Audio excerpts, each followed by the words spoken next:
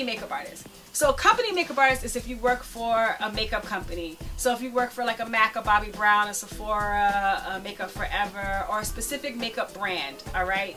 And just like I said, the bridal makeup artist is how normally everybody starts as well. Some makeup artists also start as a company makeup artist. So there's no disrespect working for a company makeup artist. The reason why I would actually kind of encourage new makeup artists to work for a company is several reasons. One, you get a chance to work with every different type of person that comes into the particular area, location, store, counter. All right? Because whoever shows up, you have to do their makeup for. So if you're a makeup artist that's not comfortable doing eyeshadows on everybody's different complexion, now you have everybody's different complexion that's showing up. If you're not comfortable with doing with everybody's different skin type, some people have, wrinkles in their skin, some people have blemishes, some people have extreme acne. Now you have a chance to work with those things in a safe environment and don't feel like, oh my God, I don't know what I'm doing. It's a safer place. It's also a way for you to be able to work with a lot of makeup without you having to invest in a lot of makeup. Right? Okay, because makeup is expensive. So instead of you going out and spending hundreds of thousands of dollars, or maybe not hundreds of thousands of dollars, but thousands of dollars in order for you to start building your kit, just these brushes alone were a few $1,000s, all right? So instead of you going out and buying that, the company will give you the tools for you to be able to use. They'll also give you the makeup for you to be able to use. Sometimes they give it to you to use personally in your own life, or you'll go to the location, store, or company and you'll use their products there. It gives you a chance to work with all these different colors, work with all these different products on all these different people to make you feel a little bit more comfortable. And you a lot of times get free product as well. So you're building your kit and you're also building your artistry at the same time. It's a great way of you starting in this industry. It's a great way of you maintaining stuff in the industry. Company makeup artist, again, is a traditional job. You fill out traditional paperwork. Taxes are getting taken out of it. Depending on the company, you're going to get paid every week, every 2 weeks. You know what you're going to get paid. If there's sales goals that go behind it, then you know what your sales goals are, so you'll get paid maybe a little bit more, because some makeup companies, you get work off a commission. So it's how much you put out, it's how much you get out from it. Some makeup companies also give you makeup. They call it something that's called gratis, so meaning that they give you a significant amount of makeup because they feel like if you can't wear it, then you're not going to sell it, so we're going to give it to you for free in order for you to wear it so that you can sell it. So it's another way for you to also get free makeup and build your kit, and also get better at your makeup applications as well. So don't take anything away from if you work for a company. You don't have to be in a company forever. I work for a makeup company throughout my makeup journey. Love the makeup. Did enjoy the company so much after a while, but I love the makeup. Still use the makeup to this day. Built amazing relationships. I still work with those makeup artists all the time. We've all transitioned into different things. I don't have anything negative to say about working for a makeup company. I've done it, all right? It was part of my journey. I've done bridal. I still do bridal. It's still part of my journey. I do television and film. It's part of my journey. I do theater. I do it, a little bit of it all. The last type of makeup artist I'm going to talk about is editorial or print. Okay, so magazines, covers, billboards, fashion shows, all of that is editorial, print, or under the fashion category as well. All right, so the way that works is, in order for you to do fashion or do editorial work, you have to be a part of an agency.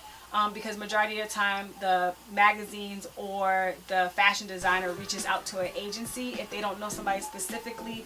And how did they know somebody specifically? They created a relationship with this particular person over and over again, so they'll just call Shannon, hey, I'm doing a fashion show, you've done my last 8 fashion shows. They know I'm not a part of an agency, I'm going to do the next ones. But majority of the time it doesn't happen like that. So you have agency representation. How do you get agency representation?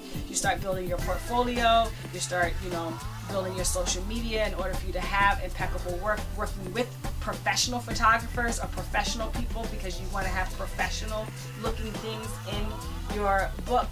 And then you submit that to the agency, and if the agency or the management company likes it, then they'll represent you, and then the companies will go to the agency or the management and say, hey, we have a shoot that's on Monday, who do you have available? I'll have Shannon and I have Sean available. Okay, we only need one makeup artist. All right, Shannon, can you send me their work? They send that work to their clients. You see how your book is super important? So just don't think that it is. So they may say Shannon and Sean's book. They like Shannon's book. She's available. They'll get the job. Your agency is going to take 10 to 20% of your paycheck. okay? Because they booked the job for you, right? So keep that in mind. So even though technically you're still the freelancer, because you're a freelancer, boo, even though you have agency representation, they're going to take 10 to 20% of the initial cost. The check is going to come to them, to the agency. They're going to take their cut out of it. And if you negotiate for them to take taxes out of it, then the taxes are going to be taken out of it too, and then you're going to get paid. Why do people do it then if it doesn't cost that a lot of money? Because I did the cover of a magazine, and it's super cool. And you have a permanent print of your work. Fashion shows are the same way. They reach out to an agency. They say, we're doing a fashion show. Do you have a makeup artist that's available that can create the look? The makeup artist only will create the look for the fashion show. They'll do a test with the designer. They'll create a team of people to work with them, because one makeup artist can't do, 15 models alone, all right? They create a team of makeup artists. 99.9% of the time, that team of makeup artists are not getting paid. They're working for free, or they're working for a significantly lower amount of money in order for them to be in Fashion Week. The person that normally is getting paid is the designer of the makeup, all right? Because that's normally the one that's getting paid, and maybe her assistant or his assistant that's doing it as well. Once the fashion show is over, if you didn't take any pictures of the fashion show stuff while you were doing it, it's just a memory in the world.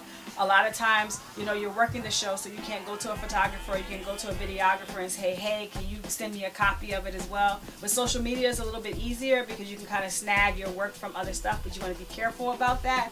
But it's one of those things that is once you wash it off, it's done. And if nobody took a picture of it, nobody saw it.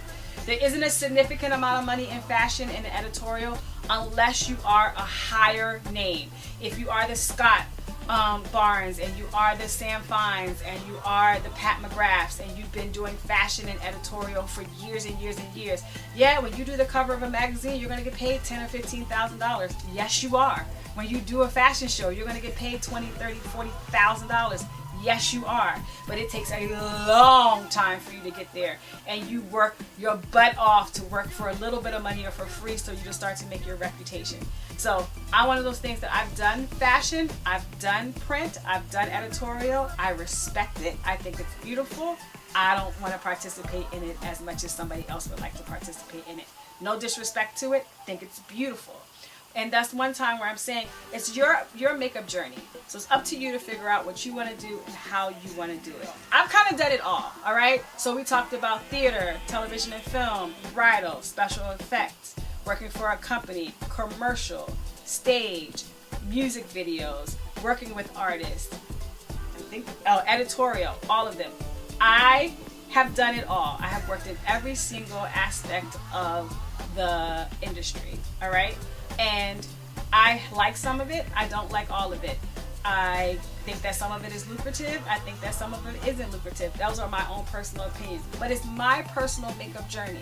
I wanted to share with you all of the ins and outs behind it, because it's not this cookie cutter thing, all right? A lot of people think in makeup artistry, I just want to do everything. Well, it took me a long time to just figure out what I wanted to do in the first place.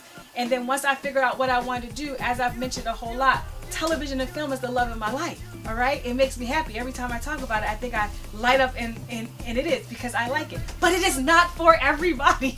It legitimately is not for everybody.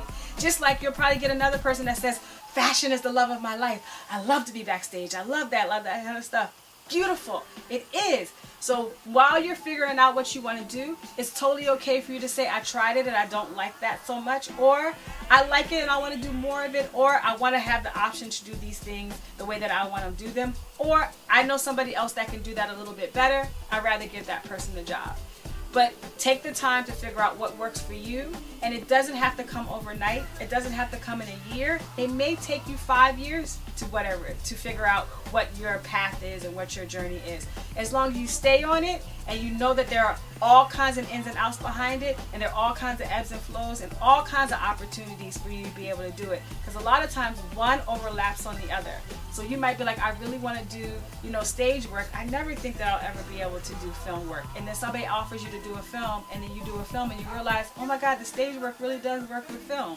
So don't feel like I don't know how to do that. Just be honest with people though. So don't fake it till you make it, but you're really faking it, okay? You want to have some information about what you're faking so that you can make it. So those are the type of makeup artists. I hope that it was informational and that you learned a little bit of something. I try to give you a little ins and outs behind it, give you a little bit of the money stuff, give you a little bit of the business stuff, the tax stuff behind it, and a little bit of the love of it. You know, I would do this job for free. I'm not going to, but I would do this job for free because that's how much I love this industry. It's an industry that has a lot of ups and downs, has a lot of ebbs and flows. You have to make a lot of choices that you may not think you are going to make. And what I mean by that is you have to have a great family support. You have to have a great sense of self. You also have a great sense of financial responsibility, because there may be times that you have a windfall of money and there may be times that you have a trickle of it. All right. So you want to make sure that you can keep that windfall to never have a trickle. All right. So I hope you learned something, and I will talk to you